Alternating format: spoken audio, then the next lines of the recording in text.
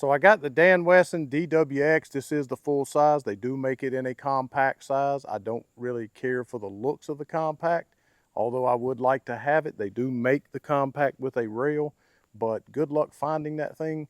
The one that they do have, it's rounded at the bottom here, just like it is at the top of the slide. To me, it kind of looks goofy. Doesn't mean it's not a great gun, it just looks goofy.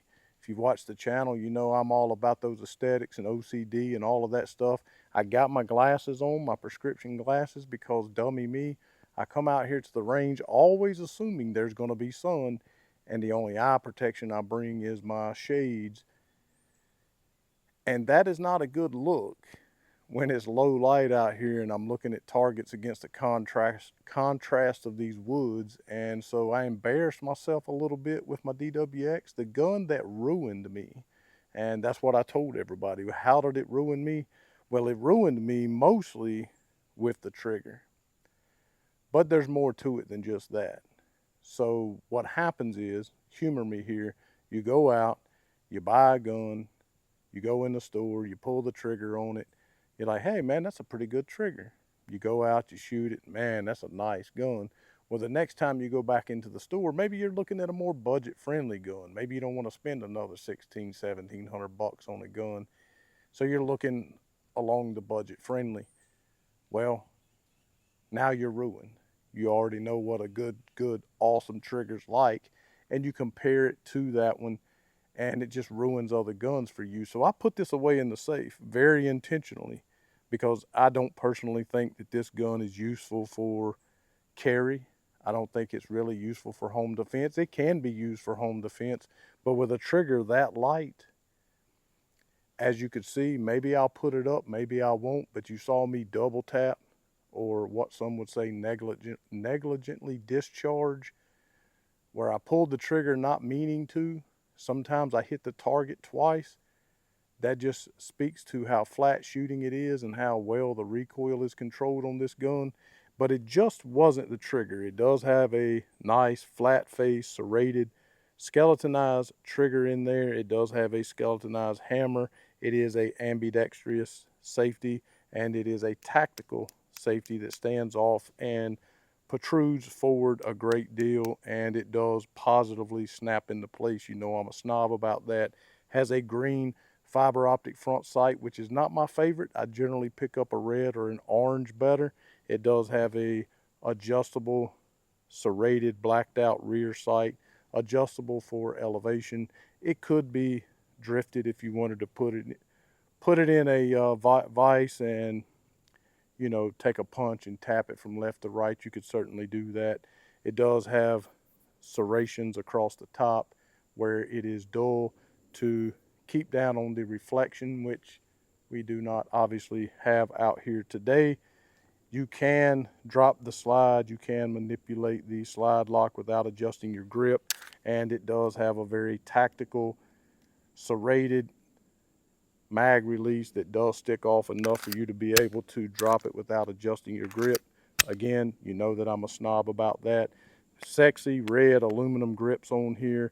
Does have front and rear checkering. So what else ruined me about this besides the trigger? Well, just how well balanced it is in the hand. You would think, well, this is a huge gun. Even fully loaded, this thing feels way lighter than it actually is. It's very stupid well balanced. And it combined two of my favorite things. My favorite 1911, higher end 1911, should I say. Now, my favorite, I guess, just everyday beater 1911, I'd say just a Springfield. I've always liked Springfield 1911s. But higher end 1911s, I always gravitated towards Dan Wesson, even before CZ acquired them.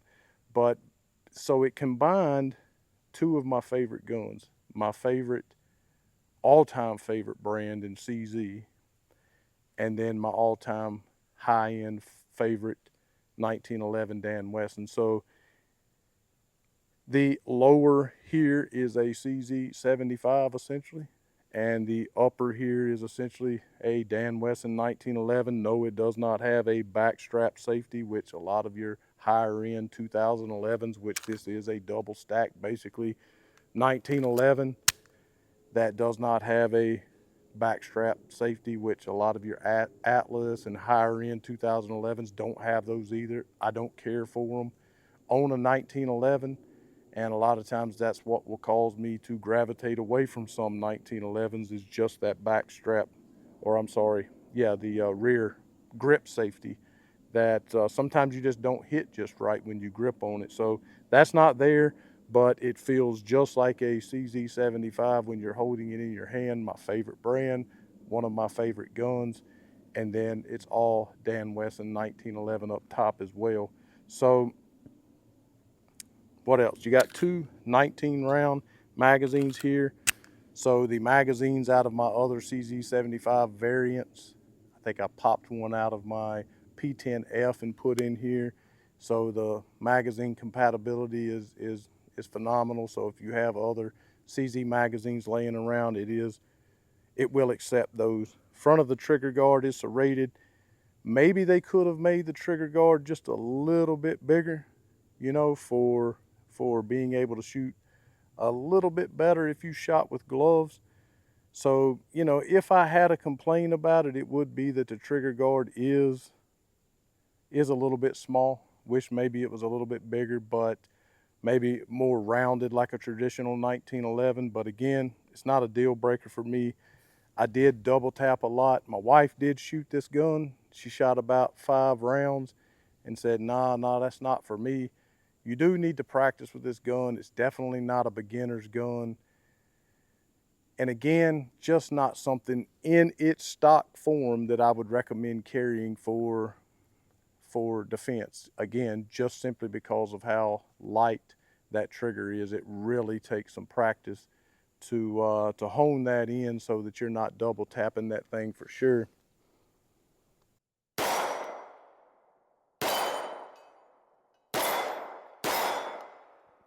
Which I just did. You literally just saw it happen. Now again, I hit the target, but I was not meaning to pull that trigger when I pulled it. That trigger is stupid light. See, what happens is you come out here, you shoot as many guns as I shoot, and you get used to those with a little bit. When it hits a wall, you have to pull through that wall. It's heavy to pull through that wall sometimes, and you get accustomed, you get used to that. You don't expect it to break right then. And again, it's been almost a year since I shot this thing, and literally what you saw at the front of this video is the first time I've shot it in a year. So you get to see the flaws and everything, but if I were to come out here and shoot this gun every day, I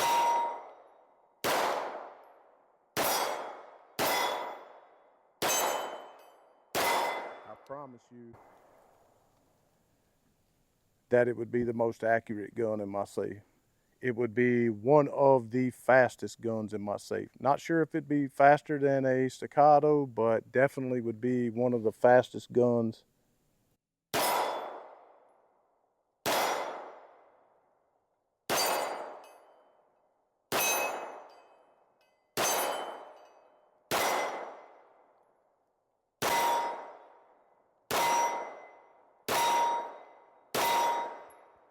It's just so much fun to shoot. Like, so with that right there, just today alone, I've already put 250 rounds through this. And I keep telling my wife, I can't waste any more ammo. I just can't waste any more ammo. We have to buy our own ammo. Not too many people care about seeing this gun because it's a more expensive gun, but it's just so much fun to shoot. You just want to keep loading it up and shooting it. And the more that I shoot with it, the more I get familiar once again with that trigger and the sight setup and everything. It's just, I can't, it's just so much fun to shoot.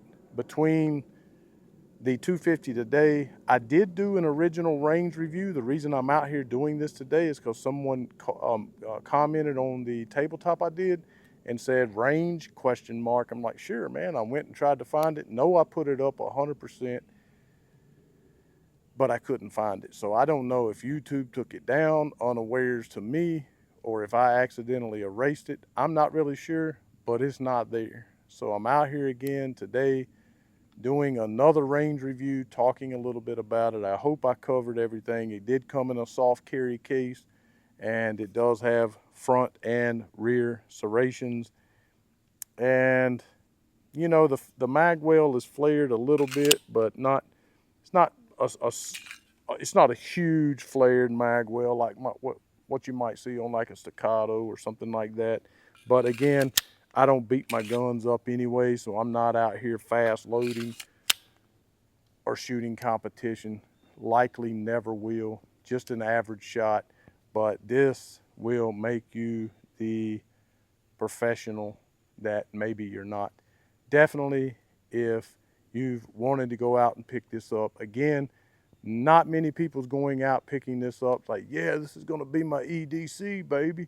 Yeah, they're picking this up as a range toy, maybe to shoot competition, some steel competition, possibly a home defense gun or a truck gun. But again, I just don't like carrying or using guns for defense with triggers that light. I mean, just today alone that I can remember, I have double tapped or negligently discharged about 7 times with this gun. So you don't want that to happen in a defensive situation. And because in that time, who knows, you probably have not shot with that gun in maybe 3 or 4 months, and the trigger is that light and that good. You know, literally when it hits that wall,